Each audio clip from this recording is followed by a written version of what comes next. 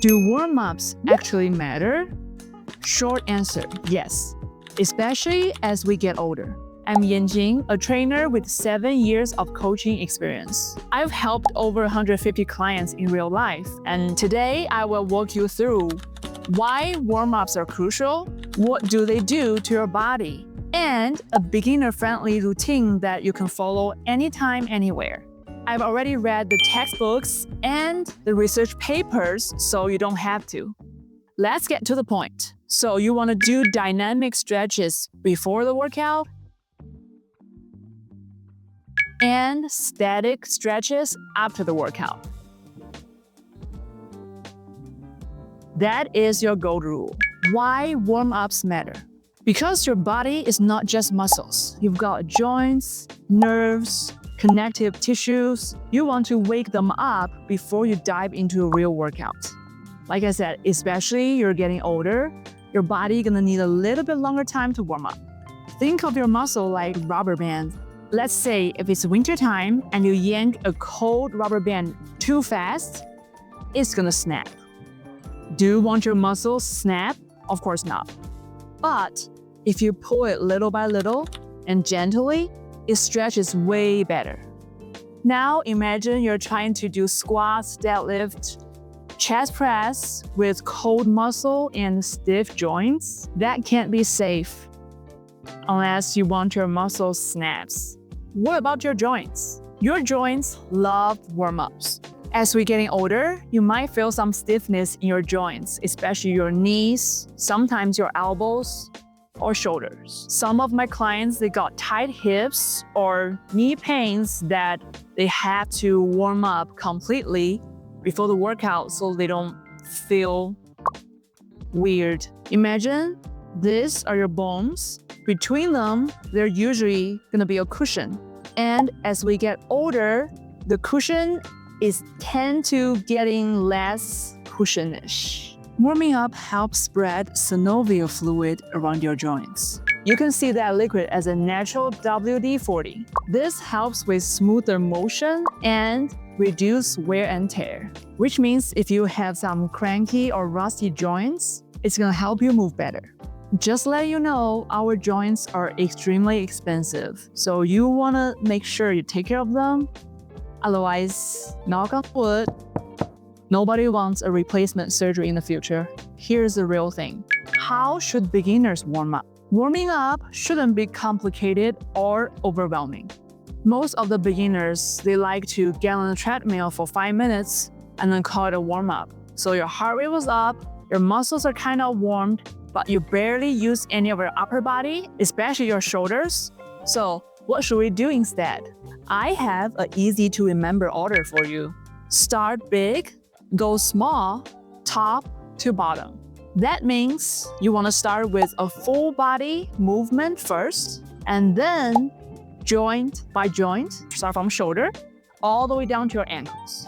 This way, you get blood flowing through your whole body, and losing up specific areas depends on your needs. I'm gonna take you to the gym. Let's warm up together. Let's start with full body movement. Hand walk. Slowly walk your hands out to a plank position. Hands under your shoulders and keep your core tight.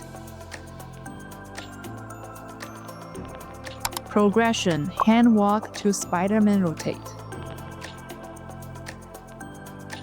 It's the same move, but you will add a big open twist at the end to wake up your hips and upper back together.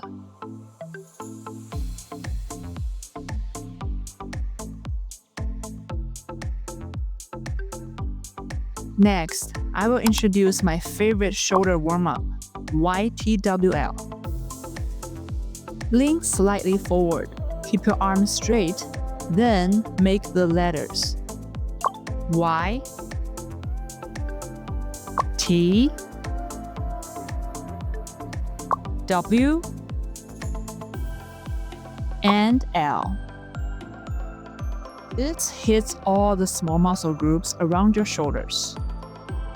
Work our way down. Next, thoracic mobility. You can start with thread the needle. Reach under, twist through the mid-back, keep your hips steady, then open as far as you can without moving your hips. Or, if you prefer open book, lie on your side, bend your knees. Then, open your top arm wide without moving your hips. For your core area, we will start with low plank to dolphin. Place your forearms on the ground, elbows under your shoulders. Then imagine pushing yourself up from your shoulder blades. Keep your core engaged the whole time. Hold for 1 second, then slowly return to plank. Dead bug. We've talked about this in another video, so I won't go through all the details today. Please make sure to keep your lower back glued to the floor, then lower your opposite arm and leg. Go down the chain, next one gonna be your hips. Let's talk about my favorite hip mobility drill. Feet shoulder width. Slide your hands down your legs to stretch your hamstrings first. Then grab your ankles or toes depending on your flexibility. Now it's the most important part. I want you to squat as low as you can while keeping your heels on the ground. Put your elbows inside your knees and push them open. You should feel a stretch in your hips. After 3 to 5 seconds, slowly come back up. Or you can try the popular 90-90. Both legs and ankles at 90 degrees. Keep your heels on the ground the whole time, then switch sides to work hip rotation. If you feel any discomfort in your hips, you don't have to do it. Stick with the hip mobility drill instead. Next, our knees. We're gonna start with body weight squat. Feet shoulder width, sit back, and keep your knees tracking over your toes. Or if you want to upgrade to reverse lunge, step back, keep about 80% of your weight on your front leg, lower your body slowly, then push through your front foot and squeeze that side of your glutes to come back up. Make sure you focus more on your front leg because that's the working leg.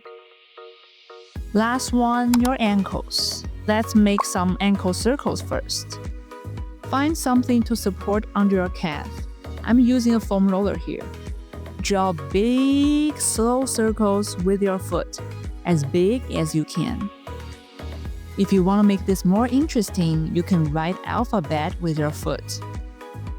We will finish with heel raises. Stand tall, keep your legs straight, then lift your heels up and down. You might feel some tension on your calves on this one.